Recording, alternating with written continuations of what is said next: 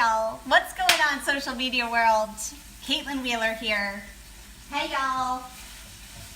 Happy Saturday, November 30th. Y'all, I am cooking up some goodness tonight. Welcome to the hashtag Boss Babe Kitchen. Woo woo.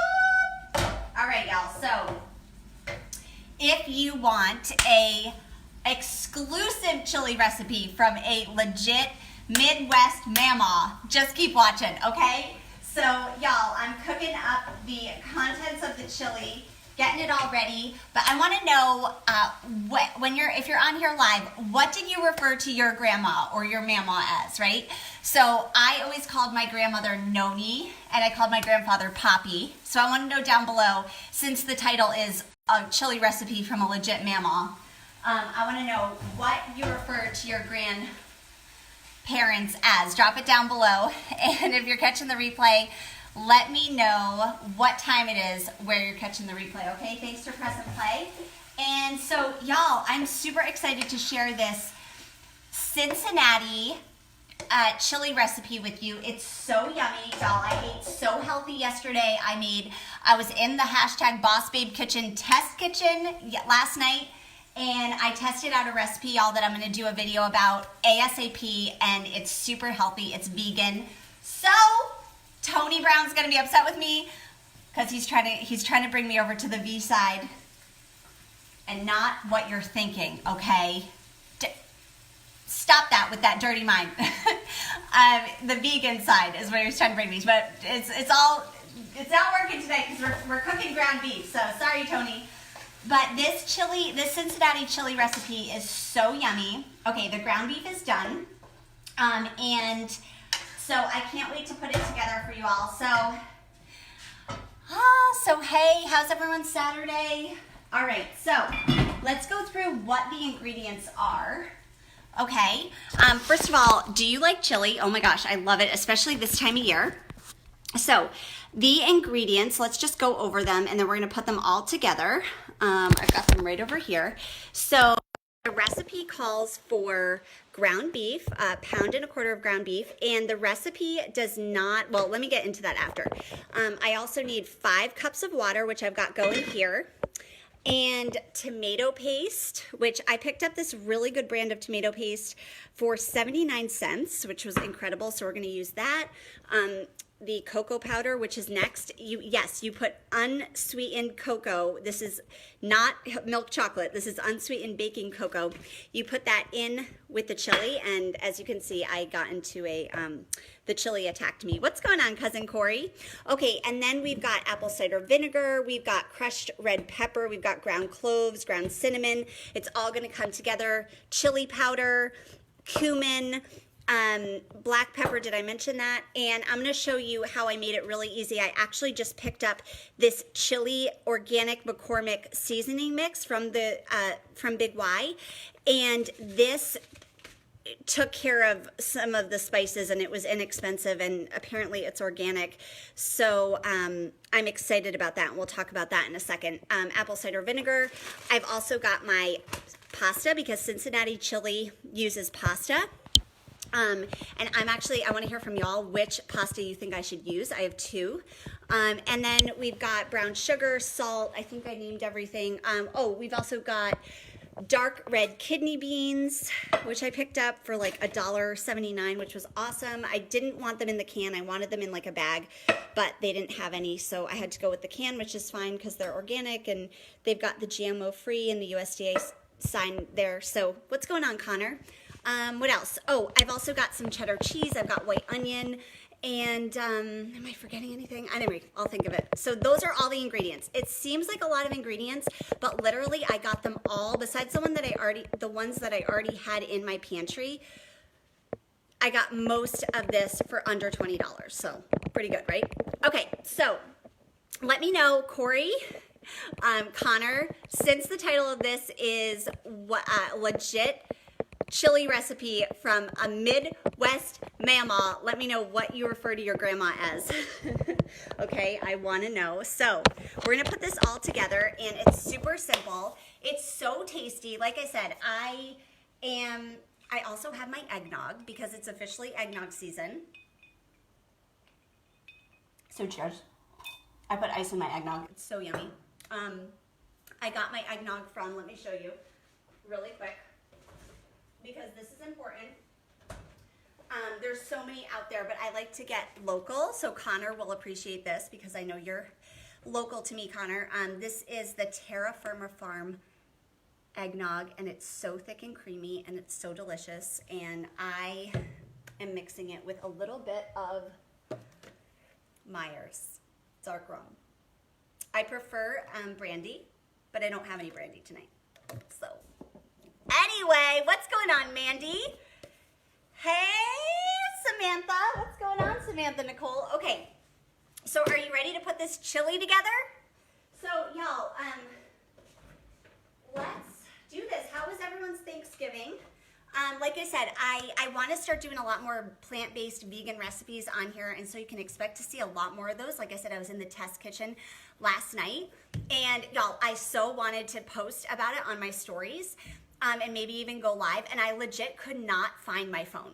Like, I could not find it anywhere, and I felt like that was just like divine intervention. Like, listen, you need to be alone without the phone, you know, with the littles in the kitchen. So we had a lot of fun last night. I'm sorry that y'all couldn't see it, but I'm going to do a video making the vegan General Tao's chicken. So anyways, stay tuned for that. Okay, but tonight we're not vegan. We're freaking making Cincinnati Chili. So, okay. A pound and a quarter. Y'all, I just don't know. This is the story, okay? When I went to get the ingredients, what's going on, Donna? I was like, okay, I really am going to try to get like vegan meat, right? The meatless meat. And I went over to the case, and it was pretty affordable, but y'all, it didn't look good. And then I saw the ground beef, you know, sitting in the case all red and yummy, and I was like, oh, it's less expensive. I gotta get the ground beef. We gotta at least make Cincinnati chili the right way, the first way, and then we can try a vegan version. Okay, so I cooked the ground, so it's a pound and a quarter of ground beef. Try to get like the grass-fed if you can, right? And the recipe did not call for the ground beef to be cooked. This is a pet peeve of mine, okay? Whenever there is, like whenever you're making soup or chili or something in the crock pot, right? You wanna make sure, and most recipes don't have you do this, but you wanna make sure you brown the meat. Even if you're using tofu, you wanna make sure you brown it before you put it into the slow cooker, the pressure cooker, the soup, the chili. You wanna make sure you brown it. So that's what I did. I just browned the ground beef, and you can see like some of it's not cooked all the way through. That's okay, it's gonna cook in the stew, the chili stew part. But yeah, you got it. I'm not about putting raw anything into like a stew or a slow cooker. Can anyone feel me on that? Anyone else think that's weird? Okay, what's going on, Donna? So Donna, Samantha, Mandy, anyone that just hopped on, let me know what you call your grandma and your grandpa. Since we've got Mamaw in the title, I want to know, what do you refer to your grandparents as? So, all right, let's get going on this. So I'm using my Dutch oven, this is like the perfect time to use your Dutch oven. This is a Dutch oven. If you, I know there's like jokes in middle school about Dutch ovens, but no, they really exist. So this is my green Dutch oven. I love it. My sister got it for me, and it's my favorite color. So I've got 5 cups of water in here, and let's see, where am I gonna put you all? Here. Y'all, someday we're gonna be legit. What's going on, Barb? Hey Barb, how are you? Hope you had a great Thanksgiving, and let me know, what did you refer to your grandma and your grandpa as? Since we've got Mamaw in the, I want to see how many people refer to their grandparents as Mamaw, Papa, and how many like do Noni like I did. Okay, my kids call their father's parents Mamaw and Papa, which I love. I love that name. So I've got 5 cups of water. I'm gonna put the tomato paste, which like I said, I got this for 79 cents. This is a good brand. Okay? Again, I didn't want to get it in the can, but the tube was like $3, and I was trying to get all the ingredients for you all for under $20 for this. So I made the sacrifice for you all. Okay, so this is 6 ounces. It's a 6-ounce can. So cute, isn't it? Of fancy, it says fancy tomato paste. Okay, so let me get this all out as much as I can. And I tried to do it with the spatula, but it just wasn't happening. Okay, and I'm just gonna stir this into the water. Let me show you all. Stir this around. I could probably get a better spoon. I'll get it in a second. And I went ahead and started getting the water warm just because I knew if the water was cold, it would dissolve less quickly. And I'm not so much concerned about the tomato paste, but I am, here's what I'm gonna do so there's no waste on this. I'm gonna take this over to the sink. Y'all are gonna see my sink. And I'm just gonna fill it up to try to get any like spare sauce out of there. Tomato paste, whatever it's called. Okay, then I'm gonna add a tablespoon of unsweetened cacao, which this is not milk chocolate. Yes, we're adding chocolate to the Cincinnati Chili recipe, but this is unsweetened cacao. It's baking chocolate, so it's not, you're not putting like milk chocolate in. And you can either use the squares. They come in solid squares, and you could just throw a square right in there and it will melt, or you can use the powder, which attacked me before. That's why my cloth was all dirty. So I'm gonna add this in, and I'm gonna whisk it around in just a second. Okay, so I'm gonna grab the whisk. And, oh, I'm gonna use my new whisk today. Nice and colorful.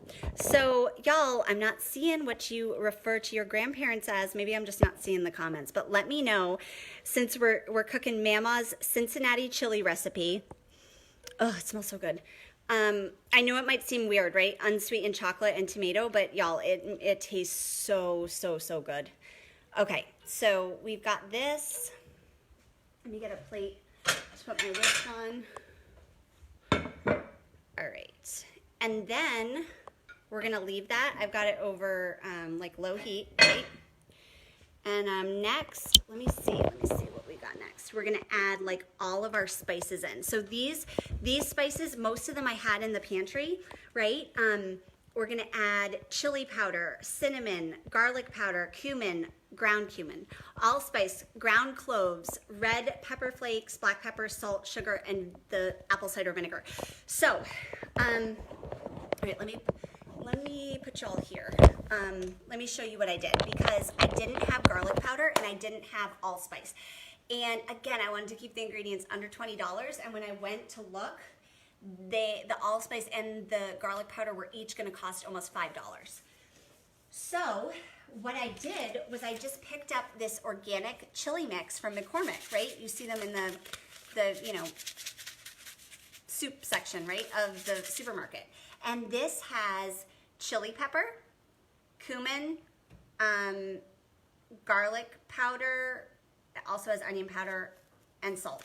So this basically has everything except the cinnamon, and I know it doesn't have the allspice, but I'm just not gonna worry about that.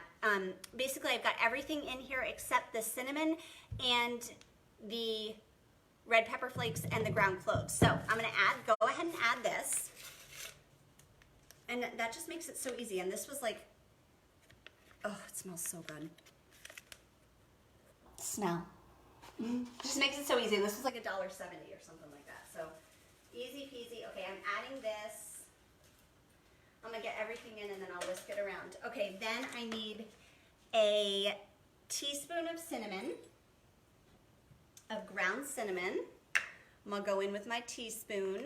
How's everyone doing? How was your Thanksgiving? No one wants to tell me what they called their grandparents. Okay. I have a feeling I'm not seeing the comments. I'm actually going to add like half of what they say for cinnamon, because I am a fan of cinnamon, but for some reason, whenever the recipe calls for like a teaspoon, I use half. I don't know. This is how the Boss Babe kitchen works. What's going on, Kevin?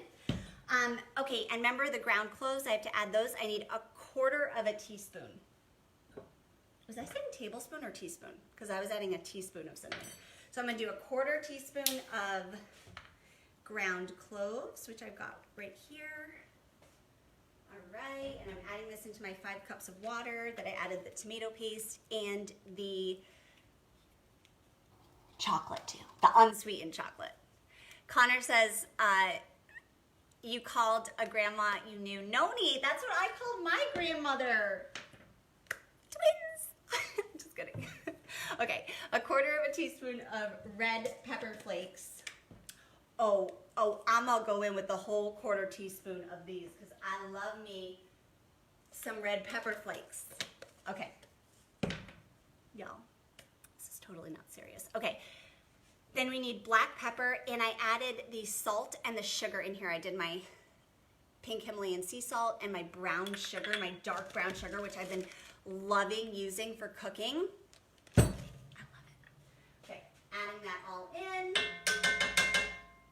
And y'all, don't you worry, stick around to the end and I'll tell you how you can get the recipe. Okay, and I'm putting, it's calling for 1/8 of a teaspoon of black pepper. So I'm just gonna love on this. All right, so it smells so good. So let me bring you over here. And, oh, the apple cider vinegar. I need 2 tablespoons of apple cider vinegar. Y'all, how many of y'all know about the health benefits of apple cider vinegar? Does anybody do like an apple cider vinegar shot every day? Let me know.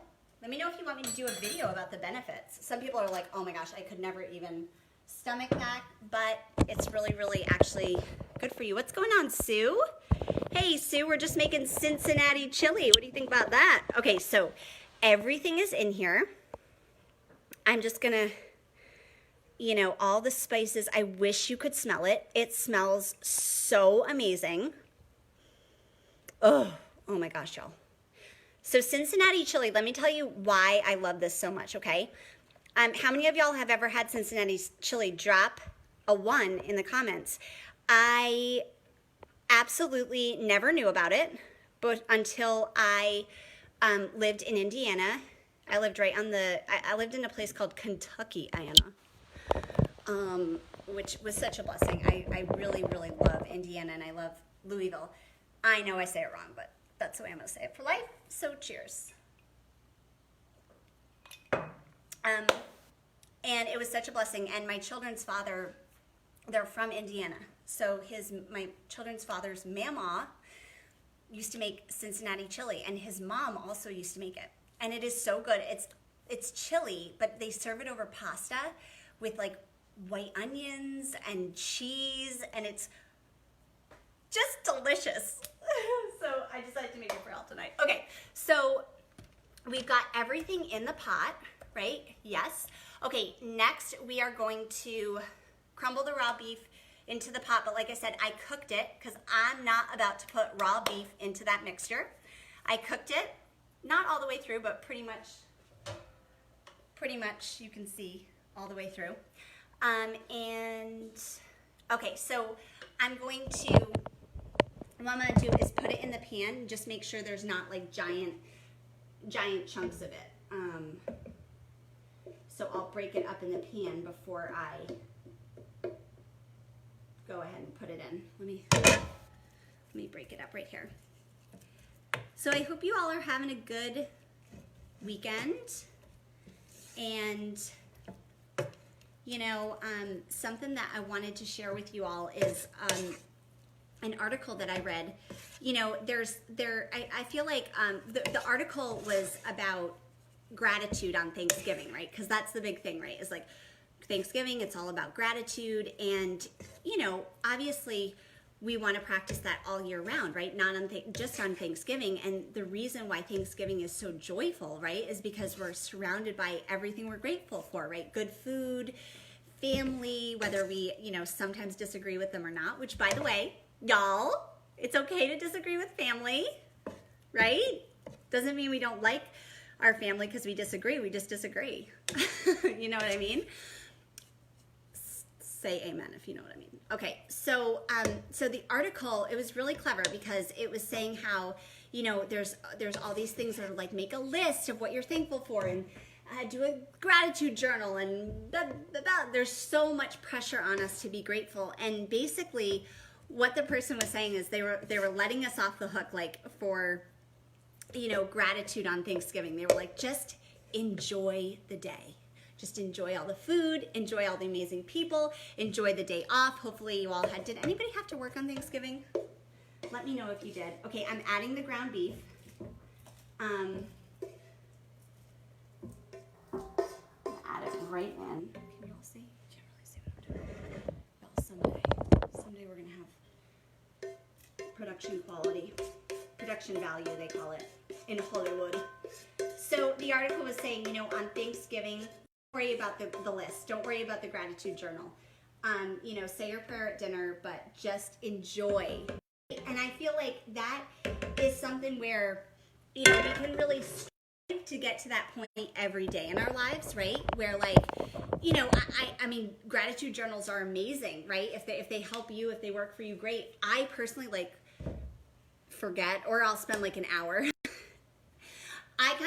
My goal is to get to the point where, like, I'm just enjoying life, not worrying about having to write in a journal every morning, not worrying about having to make a list every day, but still, you know, uber aware of, like, I'm so grateful for y'all. I'm so grateful for Facebook. I get to come on Facebook for free and cook for y'all. I mean, it's a miracle that 2 of you are even on right now. You know what I mean? So cool. Like, so cool that we get to do that, and it's free. And I'm so grateful for my family. And I just want to get to the point where, you know, I'm just aware of it. Like, I don't have to write it down, think of it. It's just something that's like second nature. That's my goal. What do you think? Let me know below. Sound off below what you think of all that. Okay, so everything is in the pot.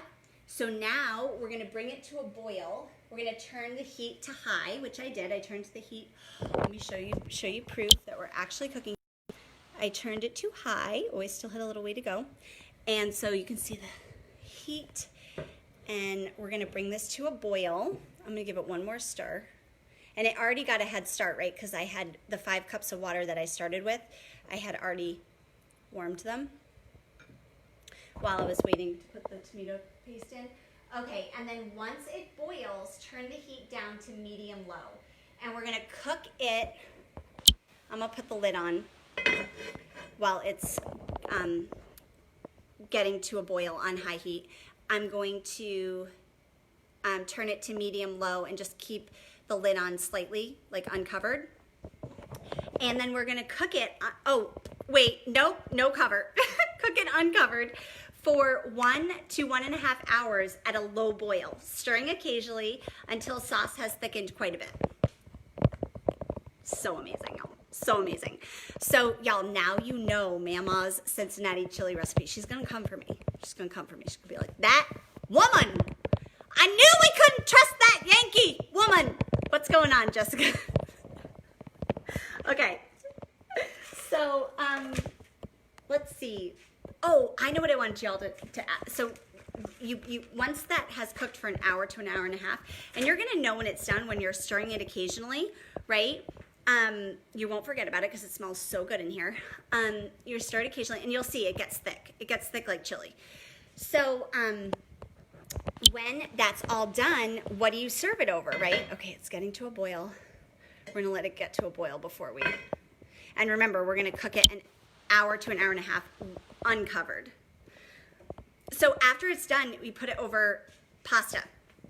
So I either have linguine, which this is, you know, like thicker spaghetti. Here, I'll show you. I'll show you for all y'all that don't know what linguine is.